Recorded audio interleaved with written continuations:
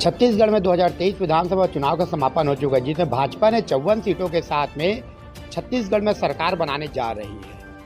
वही हम बात करते हैं आज छत्तीसगढ़ में जो भाजपा को मिले 54 विधानसभा सीटों को लेकर और साथ ही दुर्ग जिले के 5 विधानसभा सीटों को। हमारे साथ जुड़ेंगे दुर्ग जिले के भाजपा के संगठन के प्रभारी और भाजपा के कद्दावर नेता राजीव अग्रवाल जी। क्या कहना है उनका? सर, सबसे पहले हम आपका न्यूज़ सिटी 24 में बहुत बहुत स्वागत अभिनंदन करते हैं और साथ ही भाजपा के विजय होने पर आपको बधाई होती है। धन्यवाद संजय जी। सर, भाजपा को 54 सीटों के साथ स्पष्ट जनादेश मिला छत्तीसगढ़ में, जो एक ऐतिहासिक रहा है। क्या कहेंगे इसको लेकर आप? देखिए, हमारा तो पहले ही अनुमान था, आपसे इससे पहले भी 1-2 बार संवाद हुआ, तब भी मैंने कहा था कि भाजपा स्पष्ट बहुमत से सरकार बनाने जा रही है। 54 सीटों पर भारतीय जनता पार्टी का जीतना, हम जब 2003 में भी और 2008 में भी हम लोग 50 सीटें जीते थे, तो उस हिसाब से हमारी ये ऐतिहासिक जीत है।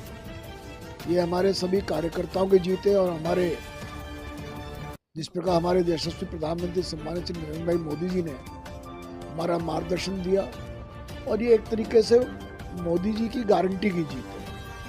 उन पे लोगों का अथाह विश्वास है और उस विश्वास की ये परिणति है कि जिसको लोगों ने अपना मत दे करके हमारी सरकार बनाई है।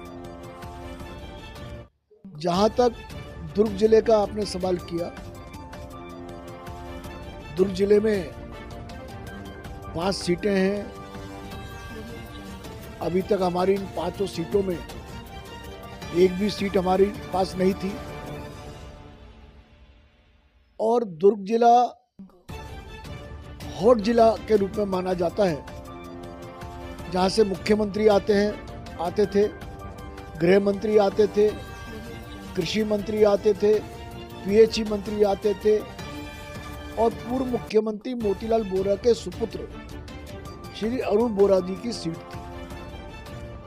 हमको खुशी है कि हम इन 5 विधानसभाओं में से 4 विधानसभाओं में विजय प्राप्त करने में सफल हुए। हमने साजा से रविंद्र चौबे जी को भी पराजित किया, दुर्ग शहर में अरुण वोरा जी को पराजित किया, दुर्ग ग्रामीण में तामदास साहू जी को पराजित किया, और अहिवारा से रुद्रगुरु तो डर के भाग गए नवागढ़, हालांकि नवागढ़ में भी वो पराजित हुए, तो रुद्रगुरु में अहिवारा से भी हमने जीत हासिल की। एक सीट की कसक रह गई पाटन की, जहां से मुख्यमंत्री चुनाव लड़ रहे थे, लेकिन उसमें भी एक बात पर गौर करने लायक है कि जब वो कांग्रेस के प्रदेश अध्यक्ष थे तब 27,000 से अधिक मतों से विजयी हुए थे, और मुख्यमंत्री रहते हुए 20,000 का आंकड़ा भी क्रॉस नहीं कर पाए। ये भी भारतीय जनता पार्टी की जीत है। ये आप न्यूज़ सिटी 24 के माध्यम से छत्तीसगढ़ के लगभग 2.5 करोड़ से ज़्यादा आम जनता को क्या संदेश देना चाहते हैं विधानसभा के संबंध में? छत्तीसगढ़ की जनता ने भारतीय जनता पार्टी पे जो अटूट विश्वास व्यक्त किया है, हम विश्वास दिलाते हैं कि उनके अटूट विश्वास पर हम खरा उतरेंगे। हमने जो वायदे किए हैं उन वायदों को भी हम पूरा करेंगे। हमने वायदा किया था कि जो 16 लाख आवासहीन लोगों का भूपेश सरकार ने जो आवास उनसे छीना था, वो हमारी सरकार सबसे पहले वो काम करेगी, आवासहीनों को आवास देने का काम करेगी। दूसरा, हमने वायदा किया है 3100 रुपये क्विंटल में धान खरीदी का, वो धान खरीदी हम लोग करेंगे। तीसरा, हमने वायदा किया है कि 25 दिसंबर को जो 2 साल का बोनस रुका हुआ था किसानों का, वो हम देंगे, वो जारी करेंगे।